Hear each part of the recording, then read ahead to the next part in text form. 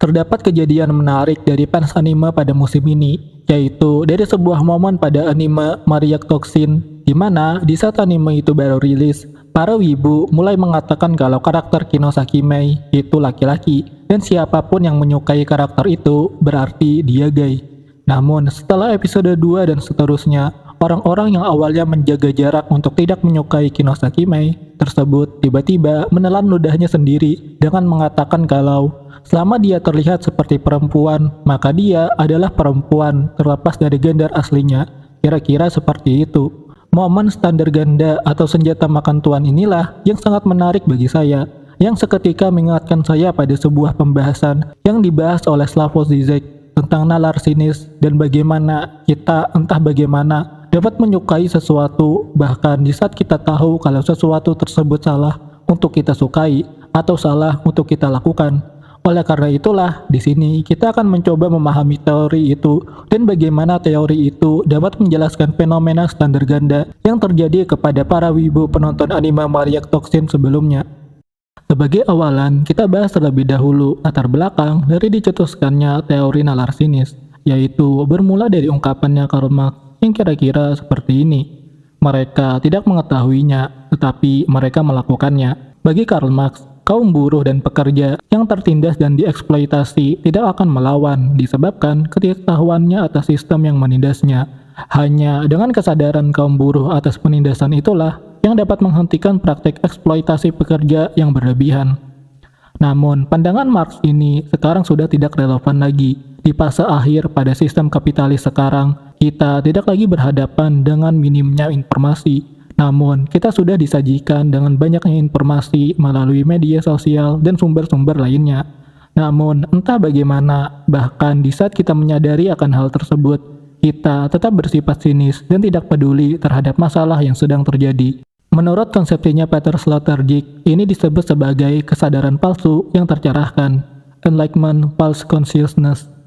Contoh dari kesadaran palsu ini menurut Sloterdijk terdapat pada pasca Perang Dunia Pertama, di mana di saat Jerman kalah Perang Dunia Pertama dan terpaksa harus menandatangani perjanjian Versailles yang sangat merugikan bagi bangsa mereka. Dari kekalahan Jerman ini yang merugikan ekonomi bangsanya sendiri, juga di sisi lain harus bertanggung jawab untuk mengganti rugi dampak perang yang dihasilkan, membuat warga-warga Jerman pada saat itu menjadi sinis.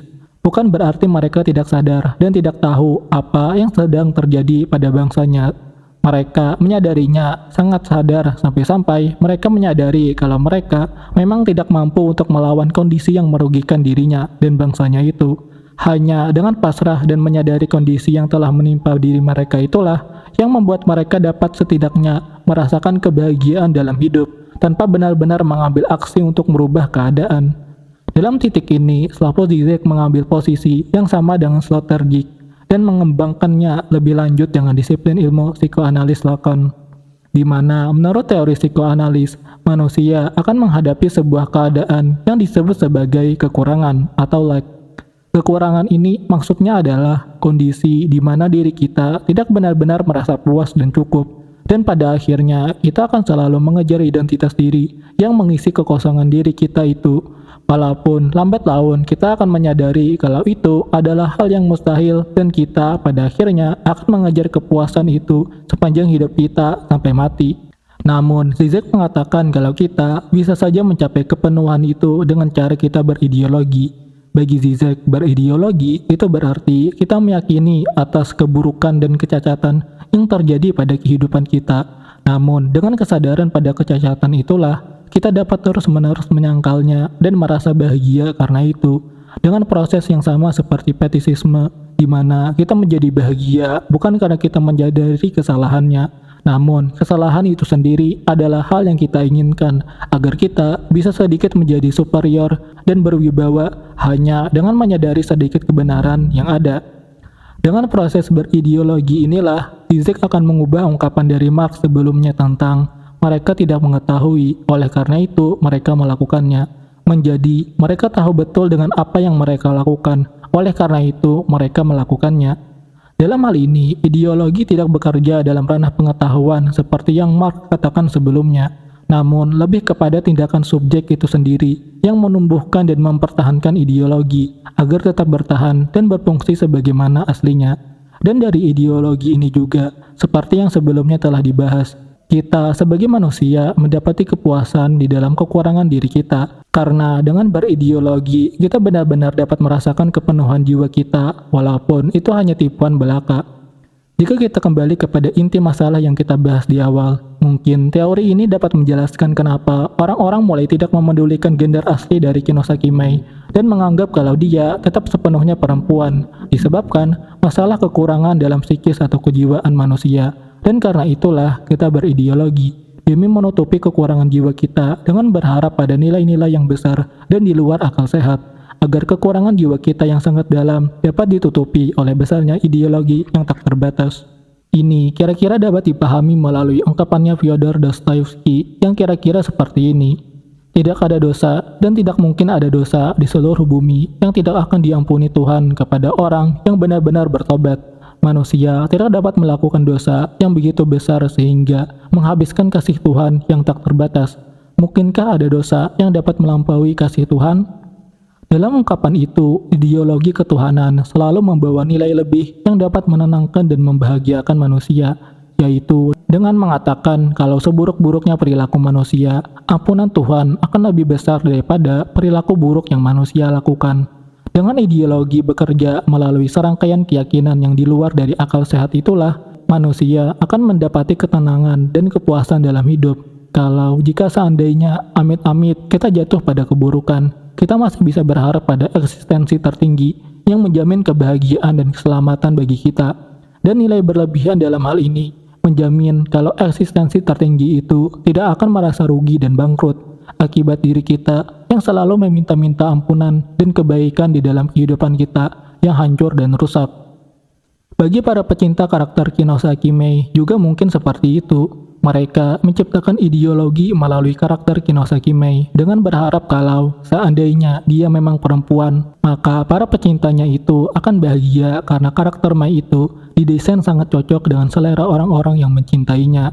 Di sisi lain, Kinosaki Mei juga digambarkan dalam anime itu sebagai karakter yang ambigu, yang biarpun dia menjelaskan kalau dia adalah seorang laki-laki, namun pembawaan karakternya cukup rapat dan sempurna untuk menutupi sifat maskulinnya dan malahan lebih terlihat seperti seorang perempuan dengan sifat feminimnya.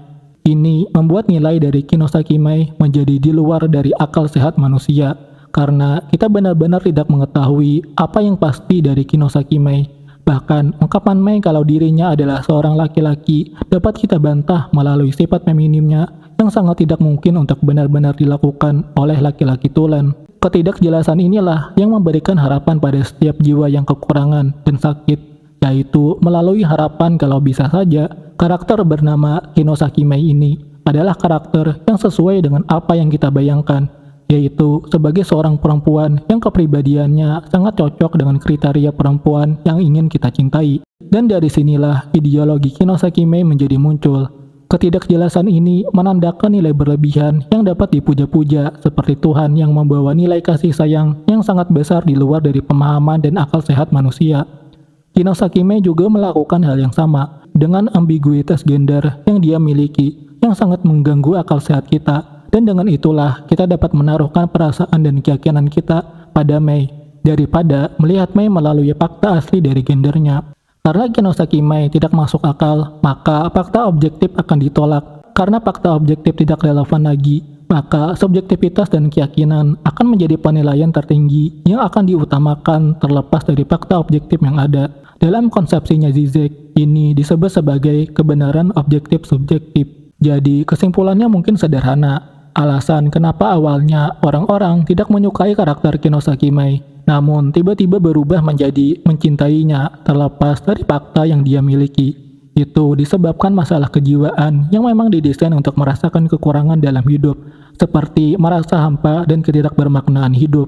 Dan ideologi atau keyakinanlah yang dapat menutupi kehampaan dan ketidakbermaknaan hidup itu, dengan mengisi kekurangan jiwa kita itu dengan serangkaian keyakinan-keyakinan yang sangat besar dan di luar dari akal sehat manusia.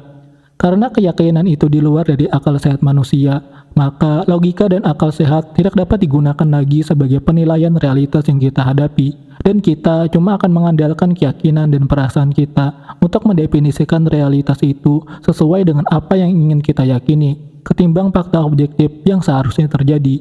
Dan Kinosaki Mei berada dalam posisi ini, di mana keambiguannya membuat penilaian berdasarkan akal sehat itu ditolak total, dan keyakinan berdasarkan perasaan dan subjektivitas itu menjadi diutamakan. Karena sangat besar keambiguannya itu, sampai-sampai akal sehat tidak mampu untuk memahaminya selain yakin pada perasaan yang kita rasakan.